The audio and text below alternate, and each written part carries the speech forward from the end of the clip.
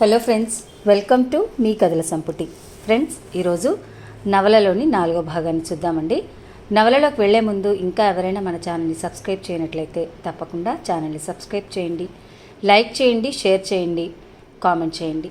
ఆసక్తి ఉన్న మీ స్నేహితులకు, బంధువర్గానికి మన ఛానల్ని షేర్ చేయండి.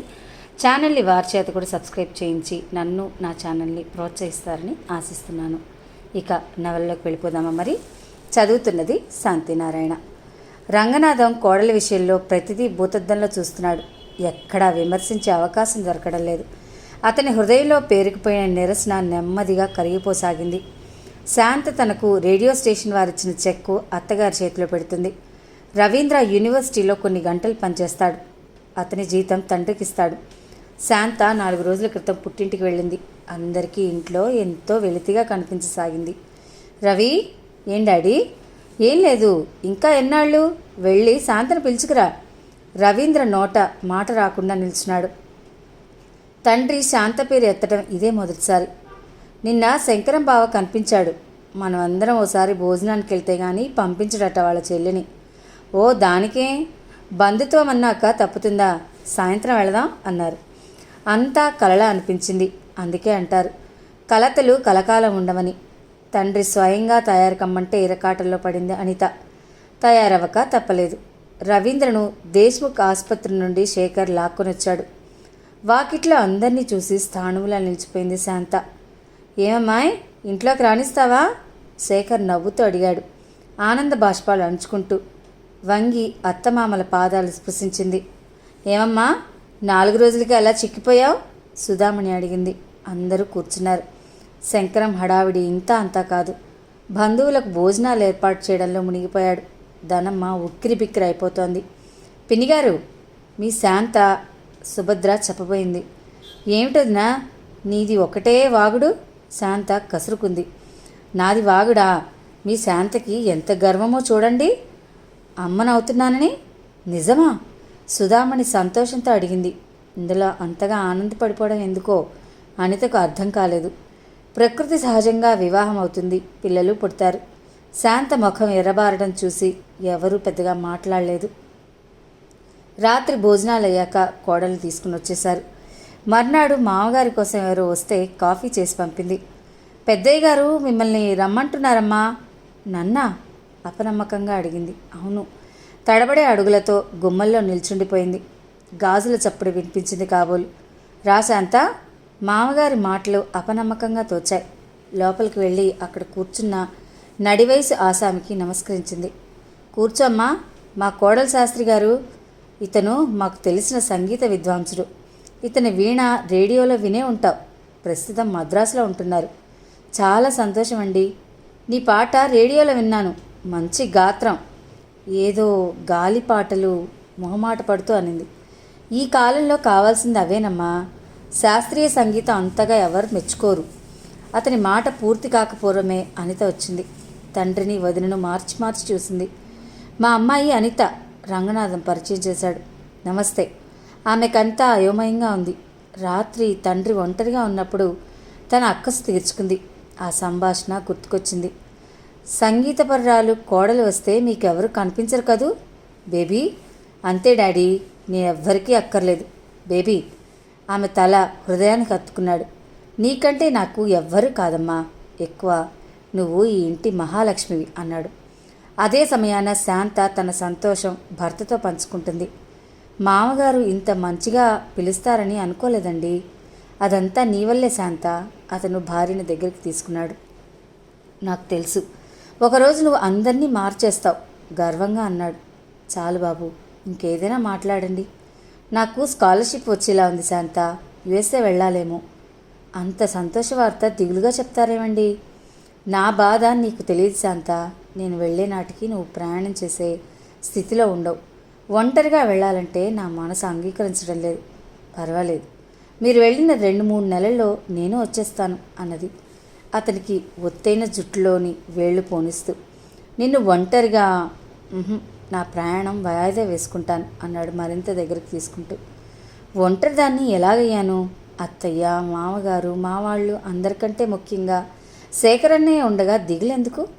నువ్వు పరీక్ష రాయదలుచుకోలేదా? ఎందుకు అలా అడుగుతున్నారు? పుస్తకం ముట్టినట్టు కనిపించడం లేదే. మీ ముందు కూడా పుస్తకం ముందేసి కూర్చోవడం బాగుండదు. దినమంతా చదువుతూనే ఉన్నాను. ఒకరోజు వదిన మరదళ్ళు BA పరీక్షలు రిజల్ట్స్ వచ్చాయి. ప్రైవేటుగా చదివిన శాంత, కాలేజీకి వెళ్ళిన అనిత ఇద్దరూ ఫస్ట్ క్లాస్లో పాస్ అయ్యారు. ఈ పరీక్షా ఫలితాలు మళ్ళీ ఓ క్రొత్త తుఫాను లేవదీశాయి. ప్రతివారు శాంతను అభినందించేవారే. అనితకు ఉక్రోషం వస్తోంది. అయినా అణుచుకుంది. తండ్రి కూడా శాంత అంటే అభిమానం. ప్రతి విషయంలోనూ తనను తాను పెద్దగా అంచనా వేసుకునే అనితకు శేఖర్, రవీంద్ర ఇద్దరికీ ఒకే రకమైన బహుమతులు ఇవ్వడంతో ఆమెకు మతిపోయింది. అన్నయ్య కంటే అపురూపమైన భార్య. బావకెందుకో ఆవిడంటే అంత అభిమానం. బావ ఇచ్చిన పార్కర్ పెన్ను, అన్న కొనిచ్చిన రింగు ఓ మూల పడేసింది.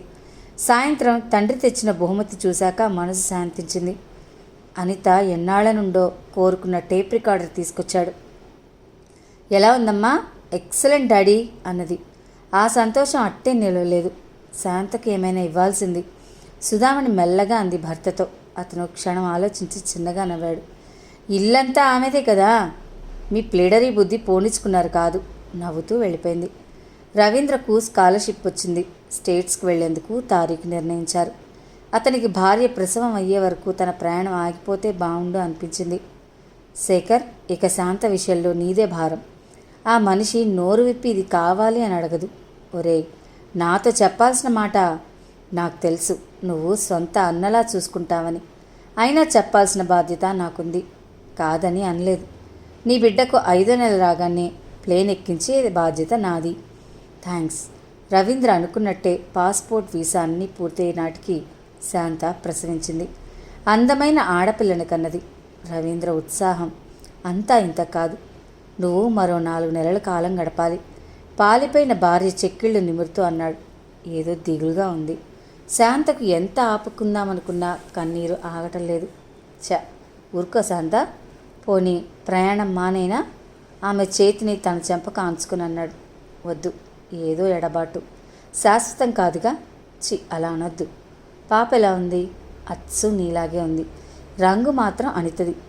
సంతోషమేగా. అందరిలోని మంచి గుణాలు పుణికిపుచ్చుకోవటం. అందంగా నవ్వింది శాంత ఆ మాట అంటూ. రవి, చిట్టి తల్లి నా దగ్గరే ఉంటుంది. శాంతనే అమెరికా పంపేది. మీరు లేని ఇంట్లో ఒంటరిగా ఎలా ఉండను? నవ్వుతూ అన్నది సుధామణి. రవీంద్ర భార్య చేయి వదిలి దూరం జరిగాడు. నీ ఇష్టం అమ్మా. కోడలు మాట్లాడదు చూడు. నీ మనవరాలు మీ ఇష్టం, శాంత జవాబిచ్చింది. వారం రోజుల తర్వాత రవీంద్ర వెళ్ళాడు. మామయ్య, నాకు గాంధీ ఆసుపత్రిలో ఉద్యోగం దొరికింది. రేపు జాయిన్ అవ్వాలి. ఉద్యోగం అంత అవసరమా? ఉద్యోగం కోసమేగా రాత్రింబవళ్ళు కష్టపడి చదివింది. ఆ సంగతి తెలుసులే. నేను నీకు పరాయి వారిలా కనిపించవచ్చు. నాకు మాత్రం నువ్వు రవి ఒకటేగా కనిపిస్తారు. కాదనలేదు. దానికి నా ఉద్యోగానికి ఏమిటి సంబంధం? ప్రాక్టీస్ పెట్టుకోరాదు? వెంటనే ప్రాక్టీస్ అనుకుంటే సాహసమే అవుతుంది. నేనంత గతిలేని వాడినట్రా? మీ ఆర్థిక పరిస్థితిని ఎత్తి చూపటం నా అభిమతం కాదు మామయ్య. నేను నోరు తెరిచి అడిగితే ఆస్తంతా అమ్మి ఇస్తారని తెలుసు. కొన్నాళ్ళు ఉద్యోగం చేసి అనుభవం సంపాదించాలని. ప్రాక్టీస్ పెట్టేవారంతా అనుభవం సంపాదిస్తారా? అందరి అభిప్రాయాలతో మనకెందుకు? నా విషయం చెప్పాను. నీ ఇష్టం. సాగించుకోవడం నీకు అలవాటేగా. ఆ 3 ముళ్ళు వేస్తే నాకు నిశ్చింత. శేఖర్ ఏమీ మాట్లాడలేదు. నవ్వి ఊరుకున్నాడు. మౌనం అంగీకారంగా తీసుకున్నాడు రంగనాథం. శేఖర్ మెల్లగా పైకి వెళ్ళాడు. శాంత తలకు మఫ్లర్ కట్టుకుని కూర్చుని స్వెటర్ అల్లుతోంది. అనిత అపర్ణను ఒడిలో పట్టుకోబెట్టుకుని ఆయ్ ఊ అంటూ ఆడిస్తుంది. వదిన మర్దళ్ళ మధ్య చిన్న అనురాగపు టొంతెన కడుతోంది అపర్ణ. చిన్నారి మేనకోడలంటే అనితకు ప్రాణం. వీలైనంత వరకు పసిదాంతో గడుపుతోంది. మా అనూకు పిల్లలంటే ఇంత ప్రాణమని తెలిస్తే పెళ్లి వాయిదా వేసేవాణ్ణి కాదు, చిలిపిగా అన్నాడు శేఖర్. అనిత ముఖం ఎర్రబడింది. అపర్ణను క్రింద పడుకోబెట్టింది. లేచి వెళ్ళిపోబోయింది. శాంత, శేఖర్ నవ్వారు. అను, గుడ్ న్యూస్ వినిపో. మళ్ళీ చెప్పలేదని నిష్ఠూరం వేయకు. ఉద్యోగం దొరికింది. వివాహానికి మీ డాడీని అడుగు. అనిత విననట్టే మేడ దిగిపోయింది. కంగ్రాట్స్. శాంత అతన్ని అభినందించింది. ఆమె కళ్ళు నీటితో నిండిపోయాయి. అభినందించటానికి భర్త దగ్గర లేడే అనిపించింది. రవి ఉత్తరం వచ్చిందా? వచ్చింది అంది రుద్ధకంఠంతో. అంత దిగులు పడితే ఎలా? 2 నెలల్లో వెళ్దు గాని. దిగులు కాదన్నయ్య, మీ వివాహ విషయం తెలిస్తే ఎంత సంతోషించేవారే. ఇప్పుడు ఏమైంది? ఉత్తరం రాయి, నేను రాస్తాను. వచ్చే వారం కదా నీ ప్రోగ్రాం అంది. శేఖర్ కిందకి వెళ్ళిపోయాడు. అపర్ణను పడుకోబెట్టింది శాంత. పార్వతీదేవి పేరు కావాలని కోరి అపర్ణ అని పెట్టుకుంది సుధామణి. శాంత కిందకు వచ్చేసరికి హాల్లో అందరూ వేడి చర్చలో ఉన్నారు. నాకు ఈ విషయం తెలియదు మావయ్య. తెలియకపోతే వచ్చే నష్టం ఏముంది? నేను ఇల్లరికం వస్తానని ఎలా అనుకున్నారు? ఇల్లరికమా? ఇల్లరికం మాకెందుకు? మా అబ్బాయి లేడా? నాకే నమ్మకం. పిచ్చనుకో, చాదస్తం అనుకో, అనిత పుట్టుకతో నాకు అన్నీ కలిసొచ్చాయి. ఆమె నా కళ్ళ ముందు ఉండాలన్నదే నా కోరిక, రంగనాథం అన్నాడు. మేం దూరదేశం వెళ్ళడం లేదుగా మావయ్య, ప్రతిరోజు వస్తాంగా. ఇక్కడ ఎవరైనా అవమానం చేస్తారని భయమా? భయం కాదు, నాకెందుకు ఇష్టం లేదు. వృక్షం నీడ మొక్కలు ఏపుగా ఎదగనట్టే పెద్దవారి అండిన చిన్నల వ్యక్తిత్వం చిన్నపోతుందని నా నమ్మకం. వ్యక్తిత్వమా? అదేమిట్రా? అందరికీ లభించదురా. ఎందుకు? కటువుగా వినిపించే శేఖర్ కంఠం. ఆశయాలకు ఆశలకు డబ్బు కావాలరా. అంటే బీదవారికి ఆశయాలు ఉండకూడదనే సిద్ధాంతం ఉందా? బీదవారికి వ్యక్తిత్వం ఉండదా? ఆవేశం పనికిరాదురా అబ్బాయి. మీ కుర్రకారికి ప్రపంచ జ్ఞానం కొరవడింది. అది నా దగ్గర దొరుకుతుందని ఓ రోజు అన్నమాట మర్చిపోయారా? అది హాస్యానికి అన్నమాట, ఇప్పుడు నిజం చెప్తారన్నమాట. నా మాట కూడా వినండి. ఎట్టి పరిస్థితిలోనూ ఇల్లరికం అంగీకరించను.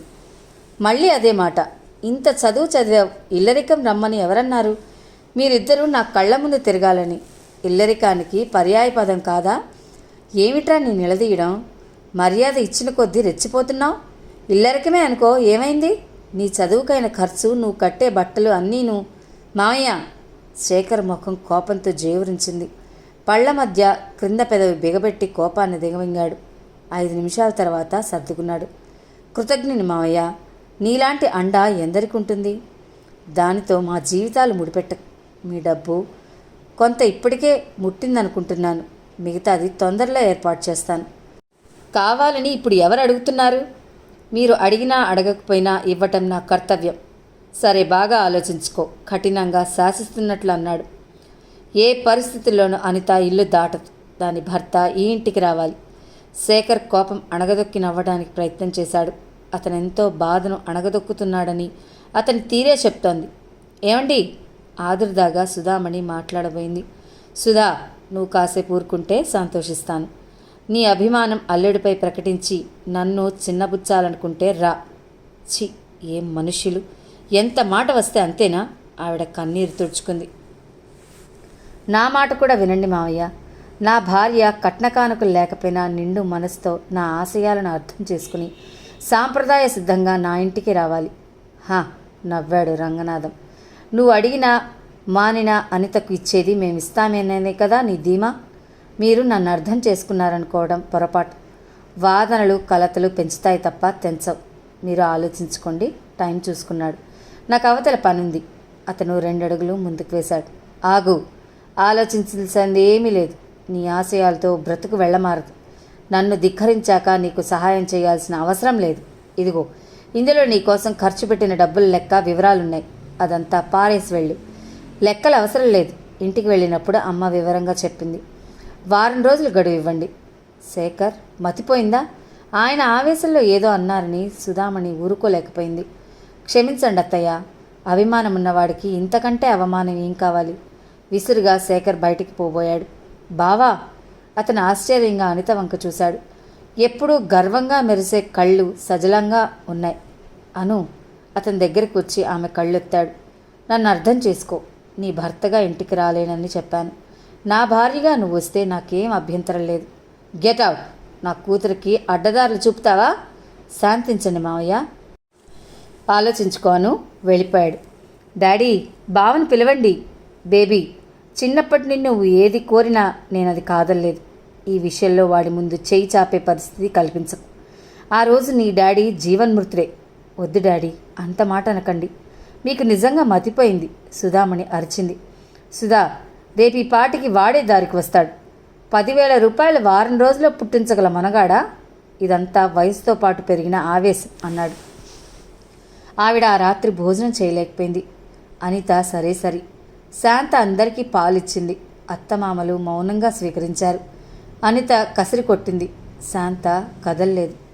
నీ నక్క వినయాలు ఇక్కడేం చూపద్దు. నీ కళ్ళు చల్లబడ్డాయా? అసలు నీ అడుగు ఈ అనర్థాలన్నిటికీ కారణం. అనిత, ఆవేశంలో నువ్వేం మాట్లాడినా కోపం రాదు. ఇప్పుడు ధైర్యం చేయాల్సిందే నువ్వేం చెప్పనక్కర్లేదు. ఆవేశమే అన్ని అనర్థాలకు మూల కారణం. అనిత, షటప్ అరిచింది. శాంత గాఢంగా నిట్టూర్చి వచ్చేసింది. అత్తగారు నిద్రపోరని తెలుసు. వెంటనే అపర్ణను లేపి భుజాన వేసుకుంది. ఆ పిల్ల ఏడవడం మొదలుపెట్టింది. అలాగే ఎత్తుకుని కిందకొచ్చింది. అత్తయ్య, అపర్ణ ఏడుస్తోంది. పాలు పట్టావా? ఆదుర్దాగా అడుగుతూ ఎత్తుకుంది. ఆమె కొంతసేపు కలతలు మర్చిపోయి మనవరాలి సేవలో గడిపింది. తన దగ్గర పడుకోబెట్టమని నిద్రపోయింది. శాంత తలుపులు మూసి పైకి వెళ్ళిపోయింది. జరిగిన సంగతులు వివరంగా భర్తకు ఉత్తరం రాసింది. వెంటనే మరో ఆలోచన వచ్చింది. ఇవన్నీ తెలిస్తే అతను ఒంటరిగా బాధపడతాడని అది చింపేసి క్షేమం తెలుపుతూ కూతుర్లు కబుర్లు మాత్రం రాసింది. అనిత జీవితంలో 2 దెబ్బలు తినడం ఊహించరాని విషయం. ప్రతి నిమిషం తన తెలివితేటలపై అపారమైన విశ్వాసం పెంచుకుంది. అది ఈనాడు అబద్ధం అని రుజువైంది. ఇంట్లో ఓ మూల కూర్చున్న శాంత తనతో సమానత్వం సంపాదించింది. రెండో ఓటమి శేఖర్ వల్ల అంగీకరించవలసి వచ్చింది. తన పవిత్రతను, డబ్బును తృణప్రాయంగా తోసి వెళ్ళిపోయాడు. తను శేఖర్ను వదులుకోవడానికి సిద్ధంగా లేదు. బావ అంటే అతని ముందు ఆత్మార్పణ గావించుకుంటేనే తను తండ్రిని అంగీకరింపజేయలేదా? తొందరగా మేడ దిగి తండ్రి గదివైపు వెళ్ళింది. 3-4 రోజుల నుండి అతని ఆరోగ్యం బాగుండక పడుకుని ఉంటున్నాడు. అది మానసిక అనారోగ్యం అని తెలుసు. నన్ను క్షమించు సుధా. ఆయన కంఠంలో బాధ స్పష్టంగా వినగలిగింది. మనిషికి త్యాగంతో పాటు ఆత్మాభిమానం కూడా ఉంటుంది. ఇంత జరిగాక శేఖర్ను పిలవటం నా ఆత్మాభిమానం చంపుకున్నట్టే. అంత మాటొద్దు. మనకు ఒక్క పిల్ల, దాని సుఖం కూడా చూడాలి కదా. కాదని అన్నానా? నా ఆస్తి అంతా వెచ్చించైనా వరుణ్ణి తెస్తాను. అల్లాటప్పవాణ్ణి కాదు. శేఖర్ కంటే ఉత్తముణ్ణి. అది నిజమే. చిన్నప్పటి నుండి అనుకున్న సంబంధం. నేను పిలుస్తాను శేఖర్ను. అతను నా మాట కాదనడు. అలాగే పిలువు. ప్రత్యక్షంగా శాంత, పరోక్షంగా వింటున్న అనిత సంతోషించారు. తండ్రి పాదాలు కన్నీటితో అభిషేకించాలని ముందుకు సాగిపోయింది అనిత. కానీ నా మరణానంతరం ఇద్దరు ఉలిక్కిపడ్డారు. అనిత వచ్చినంత వేగంగా పైకి వెళ్ళిపోయింది. సాయంత్రం 4 గంటల వరకు ఏడుస్తూనే ఉంది. కళ్ళు కడుక్కొని కిందకొచ్చింది. తండ్రి గదిలో నుంచి శాంత కంఠం వినిపిస్తుంది. అటు వెళ్ళింది. ఆయన అపర్ణను కడుపుపై వేసుకుని ఆడిస్తున్నాడు. దూరంగా కుర్చీలో కూర్చున్న శాంత, నిధి చాలా సుఖమా, రాముని సన్నిధి చాలా సుఖమా అని పాడుతోంది. అనిత అలాగే నిలబడిపోయింది. పాట పూర్తయింది. అతని చిరునవ్వుతో కోడలి వంక చూశాడు. మనసు ఎంతో తేలిగ్గా ఉందమ్మా. పాట వల్ల కాదండి. మరి మనవరాలి వల్ల అంటావా? తల అడ్డంగా తిప్పింది. ఏమిటో చెప్పు. నీ అంచనాకు బలమెంతో తెలుస్తుంది. అతను నవ్వుతూ అడిగాడు. మీరు అనిత విషయంలో ఆమె ఇష్టం వచ్చినట్టు చేయడానికి నిర్ణయించుకున్నారు. అందుకే మనసు శాంతిగా ఉంది. పలేదానివమ్మా. నువ్వు సైకాలజీలో ఎంఏ చదువుతున్నావు కదూ అన్నాడు. అలాగే అనుకోండి. శేఖర్ అన్నయ్యకు ఫోన్ చేయనా? నాకు ఇంకా కొంచెం టైం కావాలమ్మా. అలాగే కానివ్వండి. అపర్ణను తీసుకుంది. నీకు టీ తెస్తాను. శాంత, ఏమిటి మావయ్య? శాంత, ఏం లేదమ్మా. సందేహం వద్దు, చెప్పండి. ఏం లేదమ్మా, ఏం లేదు. ఒట్టే చెప్పండి. ఏం లేదు. మా స్వార్థం. రవి 2 సంవత్సరాల్లో వస్తాడు. మీరంతా వెళ్ళిపోతే మేము ఉండలేమేమో అనిపిస్తోంది. అతని ఆవేదన గ్రహించింది శాంత. ఒక్క నిమిషం ఆలోచిస్తూ ఉండిపోయింది. మావయ్య, మీరు బయటికి ఎంతో కఠినంగా కనిపిస్తారు. కానీ మీ హృదయం ఎంతో సున్నితమో. మీ ఇష్టం మాత్రం మీ అబ్బాయి కాదంటారా? మీరే రాయండి. రవికి నేను రాస్తాను. నీ ఇష్టం తెలుసుకోవద్దు. మీ అందరి సంతోషమే నా ఇష్టం. వెనుతిరిగింది శాంత. శాంత, అతని కంఠం ఆర్ద్రంగా ధ్వనించింది. మీరిక ఆలోచించకండి. గుమ్మం దగ్గరకు వచ్చింది. అనితను చూసి చిన్నగా నవ్వింది. అనిత అది భరించలేనట్లుగా విసవిసా వెళ్ళిపోయింది. సుధామణి బయట మొక్కల్లో గడ్డి పీకిస్తోంది. లేచావాను? అమ్మా, ఏదైనా సినిమాకి వెళదామా? సినిమాకా? కూతుర్ని పరీక్షగా చూసి ఏమనుకుందో. సరే పద అన్నది ఇంట్లోకి దారి తీస్తూ. అనిత తయారై వచ్చి కూర్చుంది. శాంత, అపర్ణని ఇలా ఇచ్చి నువ్వు త్వరగా తెములు. 5 నిమిషాలు. పైకి వెళ్ళింది శాంత. ఆవిడెందుకమ్మా? సినిమాకను. శాంత మాత్రం ఎవరితో వెడుతుంది? అందరికీ ఏదో మంత్రం వేసింది అని పళ్ళు కొరుక్కుంది. శాంత తయారై వచ్చింది. రంగనాథం హాల్లోకి వచ్చాడు. అపర్ణను తీసుకెళ్తున్నారా? మరెలా? ముగ్గురం వెళ్తున్నాం. ఆ వాతావరణంలో ఉక్కిరి బిక్కిరి అవుతుంది. నా దగ్గర వదిలేయండి. అతను పాపను అందుకున్నాడు. అనిత మౌనంగా చూస్తూ సాగిపోయింది. ఆమె హృదయంలో లావా కొతకొతలాడుతోంది. అత్త కోడలు మాట్లాడేది వినకుండా ఇటో చూస్తుంది. ఆమె ఒంటరిదైపోయినట్లు ఫీల్ అయింది. తన స్థానభ్రష్టం చెందినట్టు, ఆ స్థానం శాంత ఆక్రమించుకున్నట్టు ఫీల్ అయింది. ఏ ప్రత్యేకత లేని ఓ అనామకురాలు అందరినీ కలుపుగలుతోంది. ఏ విషయంలోనూ అనితకు శాంతకు పోలిక. అనిత పోల్చి చూసుకుంది. రూపంలో పోల్చుకోవడానికి అవకాశం లేదు. అందంతో అందరినీ మత్తెక్కించే రూపం అనితది. అతి సామాన్యమైన రూపం శాంతది. మొదటి క్లాస్ నుండి BA వరకు క్రమం తప్పకుండా పాస్ అయింది అనిత. వానాకాలం చదువు శాంతది. పుట్టిన దగ్గర నుండి పట్టుబట్టలు కట్టి పెరిగింది అనిత. పాత చీరలు, పీలికలు, ఓణీలు వేసింది శాంత. అయినా నేడు శాంత తనను మించిన చనువు సంపాదించింది ఆ ఇంట. ఇది కేవలం ఆమె నటనా చాతుర్యం అన్న విషయం నిర్ణయించుకుంది.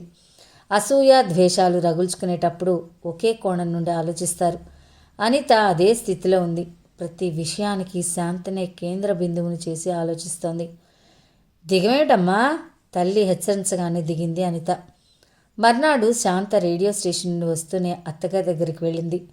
అనిత అక్కడే కూర్చుని మేనకోడలకు సాక్స్ అల్లుతోంది. అత్తయ్య, ఏమ్మా? టూరిస్ట్ బస్సు యాత్రలకు అమ్మకు వెళ్లాలనుంది. ఆర్థిక ఇబ్బందుల వల్ల అన్నయ్య వద్దంటున్నారు. మీరు అంగీకరిస్తే ఈ నెల చెక్కు అమ్మకిస్తానత్తయ్య. అంగీకరించడానికి నా ప్రమేయం ఏముందమ్మా? నీ సంపాదన నీ ఇష్టం. మీరలా అంటే అస్సలు ఇవ్వను. సరే, అలాగే ఆ డబ్బుకు మరో 25 చేర్చివు. అది సరే గాని మీ అమ్మ ఆడపిల్ల డబ్బు తింటుందా? అక్కడే ఉన్న అనిత అడిగింది. శాంత ముఖం నల్లబట్టను చూసి కసిగా నవ్వుకుంది. అను మాటలకే వెళ్ళమ్మా. శాంత భారంగా కదిలిపోయింది. ఏమిటమ్మా అను, అలా అడగచ్చా? నేనున్నానని ఊరుకుంది. లేకపోతే నా సంపాదన నా ఇష్టం అంటే మర్యాద ఉంటుందా? మనుషుల్ని చులకనగా చూడటం మానేయాలి. నాకేం చెప్పద్దు. మర్యాదట మర్యాద, అంత నటన.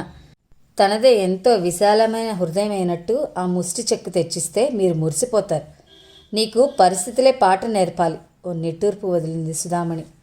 తన మాట నిలబెట్టుకున్నాడు శేఖర్. డబ్బు తెచ్చి మామకిచ్చాడు. డబ్బును శేఖర్ను మార్చి చూశాడు రంగనాథం. మీ డబ్బును తిరిగి ఇవ్వగలిగాను కానీ అభిమానం తిరిగి ఇవ్వలేనిది మావయ్య. జీవితాంతం మీకు కృతజ్ఞుడై ఉంటాను. అతని మాటలు విన్నట్టే ఏదో పేపర్ చూడసాగాడు రంగనాథం. 5 నిమిషాలు అనితతో మాట్లాడాలి. అభ్యంతరమా? అంత సంకుచితున్నని ఎలా ఊహించావు? థ్యాంక్స్. శేఖర్ పైకి వెళ్ళాడు. శాంత ఎదురు వచ్చింది. నమస్కారం. నమస్తే. ఏమంటుంది మీ అమ్మాయి? మావయ్య తొందరపడుతున్నారు అంటుంది. అలాగా అన్నాడు. నవ్వుతున్న అతని మొహం గంభీరంగా మారిపోయింది. మీకు చెప్పగలదాన్ని కానీ అన్నయ్య, మీరు మరోసారి ఆలోచించండి. నీకు తెలియదు శాంత, ధనవంతులంతా బీదవారి జీవితాలతో ఆడుకుంటారు. కుమారుడుండగా ఇల్లరకం ఎందుకు? మీరిలా కూర్చోండి. మడత కుర్చీ తెచ్చివేసింది. అతను కూర్చున్నాక పనివాడితో కాఫీ తెమ్మని చెప్పింది. మామగారు అహంకారంతో కానీ ఆస్తిపరుడు అన్న గర్వంతో అలా అడగలేదు. ఆయన సెంటిమెంట్లు ఆయనకున్నాయి. అది మీరు విశాల హృదయంతో అర్థం చేసుకోవాలి. అదెలా సాధ్యం అవుతుంది? సాధ్యం కానిది ఏమీ లేదు. వివాహం కాగానే మిమ్మల్ని కూడా స్టేట్స్కి పంపాలని ఆయన ఉద్దేశం. మీరెక్కడ ఉండేది ఎప్పుడు? సరిగ్గా చెప్పు శాంత, ఈ డొంక తిరుగుడెందుకు? పెద్దలకు ప్రాణం కంటే తన మాట నెగ్గాలనే పట్టుదల ఎక్కువగా ఉంటుంది. ఇద్దరూ పట్టు వదలకుండా ఉంటే ప్రమాదం అన్నయ్య. నా కోరిక కాదు, ప్రార్థన. మీ పట్టుదల అనిత కోసమైనా వదిలిపెట్టాలి, ప్రాధేయపూర్వకంగా అంది. ఇల్లరికం రమ్మని చెప్పటమా? మీరు కొంచెం శాంతంగా ఆలోచించండి. మీరిద్దరూ ఒకటయ్యాక మీ ఇష్టం వచ్చినట్టు ఉండొచ్చు. ఈ కాలంలో కొడుకులే దగ్గర ఉండడం లేరు. మీరు ఉండకపోయినా ఎవరు ఏమీ అనుకోరు. మాట తప్పడం నాకు ఇష్టం లేదు. అతని కనుబొమ్మలు ముడిపడ్డాయి. ప్రతి పనికి అబద్ధాలు ఆడి వంచన చేయటం అంటే నాకు ఇష్టం లేదు. కానీ కొన్ని సందర్భాలలో తెలివిగా తప్పుకోవాలి. నాకు అయోమయంగా ఉంది. మీరు అలాగే అంటే ఇక అనిత ఏమంటుంది?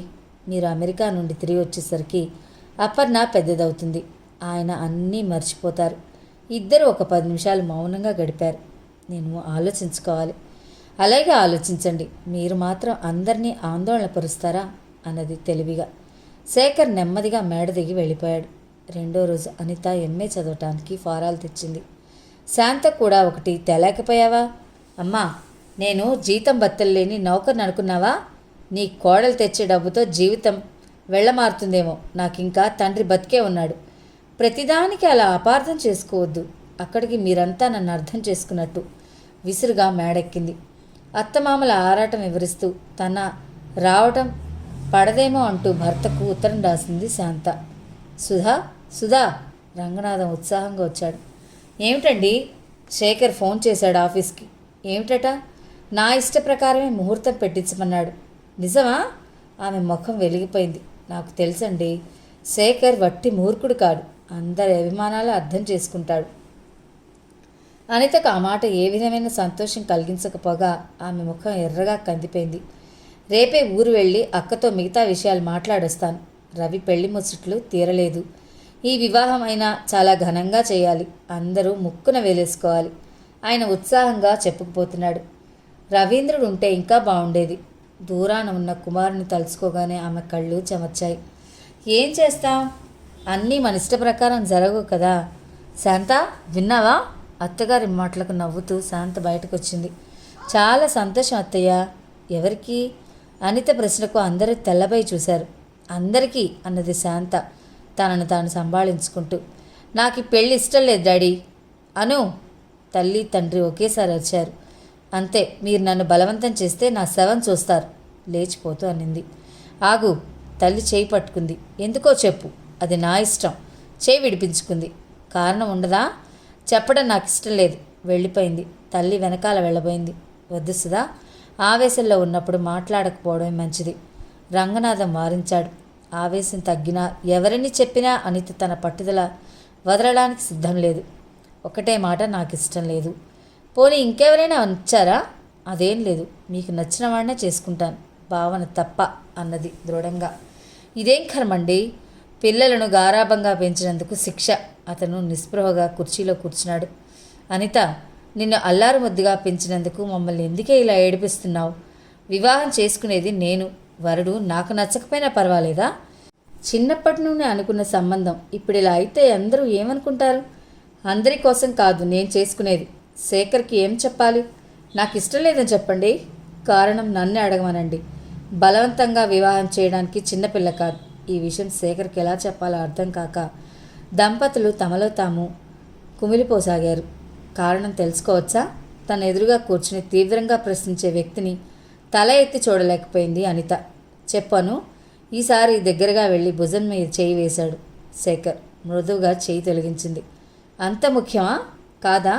నువ్వు నన్ను వద్దనుకున్నప్పుడు కారణం చెప్పావా? అందరికీ తెలిసిందే ఇల్లరికం రావడం ఇష్టం లేక. ఇప్పుడెందుకు ఇష్టమైంది? జవాబు చెప్పక ఆమెనే చూస్తూ ఉండిపోయాడు. శాంత నచ్చజెప్పింది కాబట్టి అంగీకరించావు, అవునా? కానీ బావా, నువ్వు అంగీకరించకపోయినా నాకు బాధగా ఉండేది కాదు. కానీ ఒక ఆమెకు దుఃఖం పొంగుకొచ్చింది. పూర్తిగాని ఒక బీదరాలు మీ అన్నయ్య దయాభిక్షతో వివాహం చేసుకున్న స్త్రీ హితవు వల్ల వివాహానికి అంగీకరించానని బాధ కదూ? నువ్వెలా అనుకున్నా సరే నాకు భర్త కాబోయే వ్యక్తి నాకే ప్రాముఖ్యం ఇవ్వాలి. నా భావాలను గౌరవించాలి. అంతేగాని మరో స్త్రీని గౌరవిస్తూ నన్ను చులకన చేయడం నేను సహించను. మీకు శాంత పట్ల ఎంత అభిమానం లేకపోతే ఆమె మాటలు శిరసావహిస్తారు? అవును, శాంతను అభిమానిస్తాను. ఓ తోడబుట్టిన చెల్లిగా అది నేరమా? ప్రపంచంలో ప్రేమ బహుముఖ స్రవంతి. మీ విశాల భావాలకు ధన్యవాదాలు. నాకు అలాంటి ప్రేమంటే గిట్టదు. నీ నిర్ణయం మారదా? 10 సార్లు చెప్పే అలవాటు నాకు లేదు. చెప్పించుకునే అలవాటు అంతకన్నా లేదు నాకు. వస్తాను. వెళ్లే ముందు నీ జీవితం సుఖశాంతులతో వర్ధిల్లాలి. దీవించి వెళ్తున్నాను.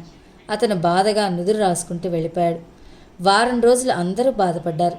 ఏమీ చేయలేకపోయారు. అనిత ఎంఏలో చేరింది. శేఖర్ ఉద్యోగం చేస్తూ డాక్టర్ దేశ్ముఖ్ సహాయం చేస్తూనే ఉన్నాడు. అతనికి శేఖర్ అంటే ఎంతో అభిమానం. నెలకు 300 వాయిదాల పద్ధతిలో కడుతున్నాడు. 10,000 అప్పు కావాలంటే మరో మాట లేకుండా ఇచ్చేశాడు. శేఖర్కు ఒళ్ళంతా నొప్పులుగా ఉంది. సెలవు చీటీ పంపి ఇంటి దగ్గరే ఉండిపోయాడు.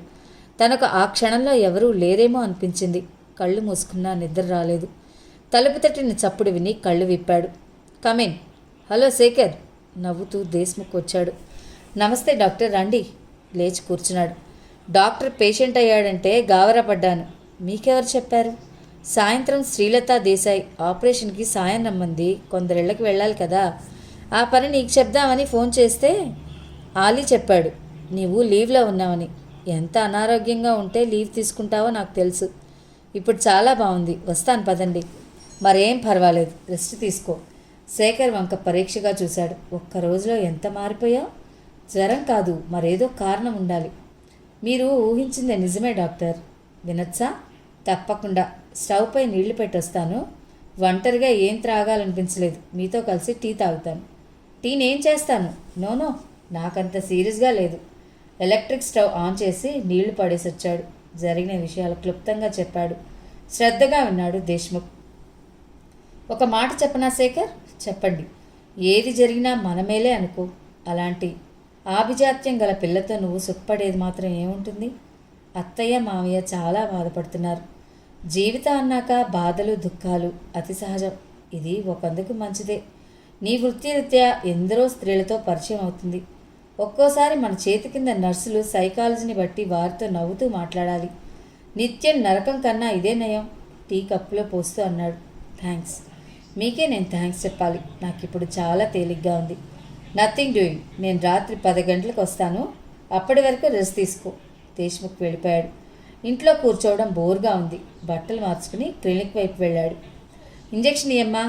ఇది ఇంజెక్షన్ ఇచ్చే జబ్బు కాదు. సహనంగా జవాబు చెప్పబోతోంది యువతి. నేను బీదగా ఉన్నాననే కదూ, కావాలంటే డబ్బిచ్చుకుంటాను. చెప్తే నీకు కాదు, అవతల ఇంకో పేషెంట్లు ఉన్నారు. శేఖర్ నవ్వుతూ లోపలికి వెళ్ళాడు. ఆ యువతిని 2-3 సార్లు దేశ్ముఖ్ ఇంట్లో చూశాడు. తన కజిన్ అని పరిచయం చేశాడు. Good evening. Good evening doctor Shekhar. మీకు అనారోగ్యం అని అన్నాడు అన్నయ్య. ఏదో జలుబు. మీ పేరు విజయ అన్నది. ఈ పేషెంట్ని నేను చూసుకుంటాను మిస్ విజయ. మీరు లేడీస్ని చూడండి. రాత్రి 9 అయింది కూడా తెలియలేదు. సారీ విజ్జి. నవ్వుతూ వచ్చాడు దేశ్ముఖ్. ఎదురుగా ఉన్న శేఖర్ని చూసి ఆశ్చర్యపోయాడు. అరే నువ్వా? మీ ఆపరేషన్ సక్సెస్ అయిందా? మరి ఆపరేషన్కి వెళ్తూ నిన్నే చూశాను. మీరు ఇవన్నీ నమ్ముతారా? వదిన నమ్మింపజేస్తుంది. చేతులు తుడుచుకుంటూ వచ్చింది విజయ. అందరూ హాయిగా నవ్వుకున్నారు. ఫ్రెండ్స్, విన్నారు కదా నవలలోని ఈ భాగాన్ని. ఈ నవల మిమ్మల్ని అందరినీ ఎంతగానో అలరిస్తుందని ఆశిస్తున్నాను. మరిన్ని మంచి నవలలు వినాలనుకుంటే తప్పకుండా మన ఛానల్ని సబ్స్క్రైబ్ చేసుకోండి, లైక్ చేయండి, షేర్ చేయండి. నవలలు విన్నాక మీకు కలిగిన భావాన్ని కామెంట్స్ రూపంలో నాకు అందివ్వండి. మరో భాగంతో మీ ముందుంటాను. అంతవరకు సెలవు. నమస్తే.